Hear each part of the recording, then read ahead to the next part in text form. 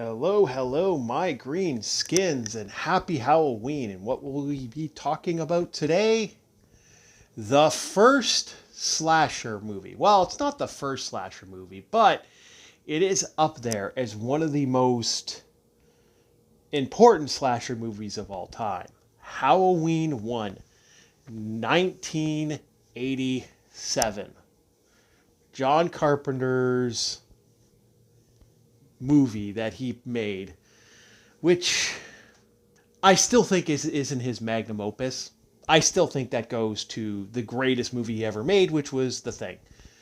This, however, okay, I'm going to level with you guys. I am very picky with my horror movies. You see, to me, horror movies are all over the place. Now, Halloween itself has an interesting history with me that it doesn't. I have seen this movie multiple times, and yeah, no. Okay, let's break this down. Let's talk about the movie as a whole. So, about to shit on this movie a lot. So let's talk about the positives first, because wow. Okay, so, and I mean, I'm going to shit on this. This is why I refer to Michael Myers as the Shape. Everyone calls him the Shape. No. I know him as the Poo-Poo Man. And he is forever the Poo-Poo Man. So, let's talk about this. Now I can't talk about this movie without talking about the fact that this literally created a genre. A lot of people say Friday the 13th might have done it better, but this was, I would say, created the slasher villain. Some, like Jason Voorhees, improved on it. Some made it their own thing, like Candyman or Friday the 13th. Or sorry, Nightmare on Elm Street. Yeah. Freddy Krueger. They made it their own thing. This, however, this is boring as fuck. I'm gonna try. The sad thing is, I've lived in low rent housing, and I've lived in ghettos. Like I've run into 15 Michael Myers by the on the way to school. So to me, this is just meh. So let's break this movie down. It's the acting. Now, there are only two characters you really need to worry about in this movie, to be honest. Well, three, technically. Jamie Lee Curtis, Donald Pleasance, and Nick Castle. Everybody else you could kind of go, okay, yeah, they had a thing. But those two guys, Donald Pleasance and Jamie Lee Curtis, and Nick Castle, who is the original Michael Myers, all three of them are super important to this movie. Loomis is really important to this movie. And there is one other great actor in this movie, and that's the fucking music. But we're going to get to the movie music in a minute. Now, Donald Pleasance made this character a role. Now, the thing is about this movie, in later movies, he became more than his sums of his parts. And he became an entity of his own right that actually works well. And he worked well in later movies. Like, I hate to say it, to me, there were other Halloween movies that just did it a little better. A lot better in some cases. But Donald Pleasance is so fucking good. Jamie Lee Curtis as Final Girl. And that's literally where the trope came from. Although some people say Aliens where the trope came from. But I would say, no. Final Girl. Yeah, no, Final Girl. She plays a good role. She does a good job. Like, she generally does feel like, it's like she's been defeated. Like these are all her friends that are, unfortunately, spoiler alert for a movie that's been around forever, all her friends die, and she feels it. All the fact. And like I said, in a way, there are powerful moments with her as a character. I think there's a little too much powerful moments. I think people kind of like to put too much on Laurie Strode's character, but her acting in this, yeah, that's really good. Like, fuck, that's amazing. Like, really well done. Now we're gonna get to the star of this show, the music. I gotta be honest, the music in this is amazing.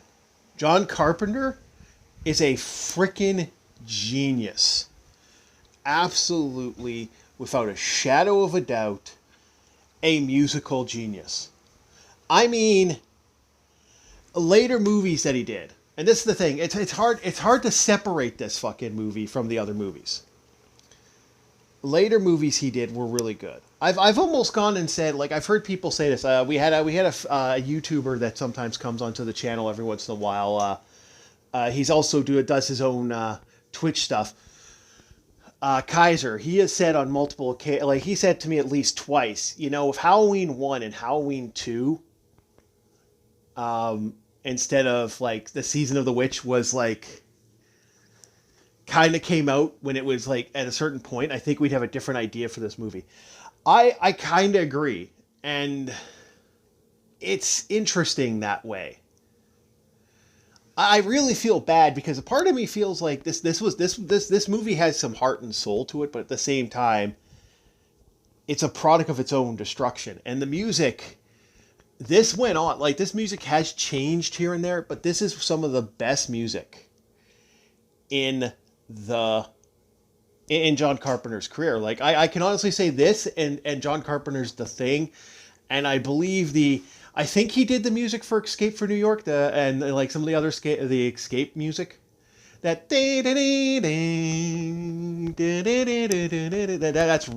all him. So no, John Carpenter's a fucking renaissance man. Next, let's get to the story. Okay, the story for this. We take place when Michael Myers was a child. He murders his sister violently. Unlike later renditions where I think he kills the whole family. So he murders the sister violently, and then he ends up in the mental asylum. Cut to Donald Pleasance talking about Michael Myers. Talking about who he is and what he is. And actually having a really good interpretation. Again, later versions of this was better. Fuck this. I'm trying not to do this. I'm sorry. I do gotta admit, it's hard not to separate these movies the way they're kind of been, how pop culture's taken it. So he starts explaining to the nurse what's going on, and then you get to see Michael Myers do kind of escape out, and he escapes using a car of all things. What did they have a speed shifter? In the asylum? Is that where he learned how to drive? Was the speed shifter? I mean, he's a pretty good driver at best. Cut to Laurie Strode and her little friends and a whole lot of nothing happening. Building up that she's smarter than the other girls. And that's about it. Cut to Michael Myers starting the stalk because he's looking for his apparent little sister. I guess he didn't kill his little sister. This isn't properly explained a little bit in this movie. I know in other movies they kind of hit on it, but this one is kind of eh. So they cut to this, and Michael Myers is starting his hunt. Cut to people. Cut to people finding Donald Pleasance finding a body. Well, actually, no, he didn't find the body. He just found that Michael Myers attacked somebody. He never did find the corpse. Corpse 1. Then cut to Laurie and her friends smoking weed. Because it was that time of the year, that time of the season. Fucking 70s. And then cut to them running into her friend's dad, who's a sheriff. Apparently someone stole a Halloween mask and a couple knives. Cut to nightfall. Now here's a conspiracy theory for you guys. Yes, this story is so boring that the trope that people wait to get the killer it is wait until the killer shows up and murders people. Yeah. So let's be honest. Now there's a theory going on that up to this point the movie is disjointed. That time is going by in a different loop. Then when we get to Michael Myers starting the hunt and the kill, when he first goes after the one girl and slits her throat and that type of stuff, when that hunt is happening, all of that is in real time. From that point on, the movie is in real time, and we are getting to see Michael Myers move around in real time. And as he murders the first girl, and the first girl's trying to go to her boyfriend so she can get laid, another trope of the classic horror movie. We're having sex. Cut to the new couple that comes up for no reason, just shows up, and then they make reference to having a threesome with one of the girls. They go in and not finding her. Oh, where is she? Well, I don't know. Let's go get laid. I'm like, no, you don't walk into someone's house and do that. So the first guy gets murdered. He gets ambush killed. The second, the blonde girl with the bows in her hair. I still don't know why a girl in her later years has bows in her hairs. I guess it was the 70s. She gets axed in a really brutal way. I'm going to have to see if I can even show some of these. She gets strangled to death. Then cut to Laurie Strode. Meanwhile, Loomis and the sheriff are doing absolutely nothing. And Loomis, being a dumbass, because he is a dumbass for this movie, he spent most of the time waiting for Michael Myers. Waiting and waiting and waiting. And then he turns around and goes, oh, wait, there's the car. Geez, why didn't I notice that? I should go down 3 blocks and see what's going on. So he runs around looking for his victim, basically. In a way, he's hunting Michael as Michael's hunting these other girls. Meanwhile, Laurie's getting attacked now. She runs like a scared rabbit. She saves. She kind of does some damage to Michael. Gets around. Gets chased by Michael. Shatters her hands. Like her hands are covered in blood and she's screaming. And Michael Myers, being the slow ass he is, gets knocked down and stabbed. Now she runs up to save the kids. Then Michael comes up the stairs, which is actually a pretty good shot. Then Michael and her fight in a closet. He gets stabbed again. She gets the kids to run away and scream, and Donald Pleasance, needs a big old billiard sign. Bing, bing, bing, bing, bing, Target is here. Target is here. He runs in. Shoots Michael. Michael falls out the window, and then he disappears. And then there's this heavy breathing end of the movie. Now let's go to the shooting of the movie and how this movie looks. Other than this movie not being would never ever happen. It could happen today, but I mean, I don't think the shooting would be that good for this movie. I actually, look at Halloween. I think some of the visual shots in this movie are actually intimidating and scary. They do put Michael Myers in a scary, scary note. They do make him look good in some areas. There's some moments in there where you're like, damn, that's a little unnerving. Damn, that's a little frightening. This is what we want from our killer. And there are some good moments here. And there are some great shots. Like when Michael Myers comes up the stairs, that's a great shot. The audience knows that Michael Myers is there. And there's some builds for intimidation and scares that are really well done. Again, everything that movies do better later, this movie kind of did first. This isn't this really did do it right. And it was well done. And that's what makes this movie kind of interesting to me. So now I'm going to give him my rating and how I feel about some other stuff, and we're pretty much ready to go. I wonder how many people are going to be pissed off about this rating. 4. Yeah, it's a 4 out of 10, people. Now, okay, you can up it to a higher mark if you're watching with other people, and this would be a great movie for a girlfriend watch. If you have a girlfriend, I mean, cuddling up to her and eating this and watching it, because it's light enough that it's not going to be too intimidating, but it's like good enough that it's kind of that in between. I found this movie very boring. Very boring. I found the build up to the characters very boring. I found Loomis in this one boring compared to the other ones. And that's my problem with this movie.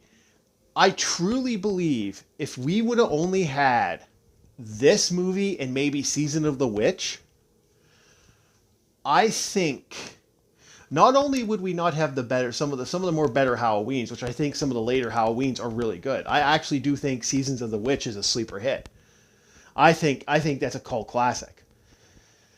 And I actually believe that this movie is more intimidating in some ways and more dark in some ways than others. I kind of enjoy that. But if they had just done this as a one-off and left the killer alive and just wandered off his breathing at the end, I think this would be a better movie. And I would probably rate this higher. That's my problem with this movie. This movie, unfortunately, is a product of its own franchises. You can't separate them now at this point. Just watching this singularly, I still think to myself, wow, I've seen better movies out there. That's the problem with this movie. I've seen better movies now at this point. So even if I would have watched this fresh, I'd say the same thing. This is both equally, I like it, I hate it. I'm kind of in between with it, so I have to give it a 4, unfortunately. I think there are better things you can do with your time. As a girlfriend flick, this is perfect for girlfriends. Like, you don't want to show them like something too nasty. This is nasty enough that you can get away with a little bit of A, B, and then Netflix and chill. This movie would be great for that. But otherwise, it's too dated, I guess, for me now. And that's the best way to put it. It's too dated. I've seen too many horror movies. And I'm not a fan of horror movies, but I've seen too many horror movies. Yeah, that's how I feel. Unfortunately, Halloween, I would say if you're watching this by yourself, don't. And yeah, that's all I got to say. So happy Halloween, everybody. Like, sub, subscribe. And also, brand new to the channel, we do now have a Patreon.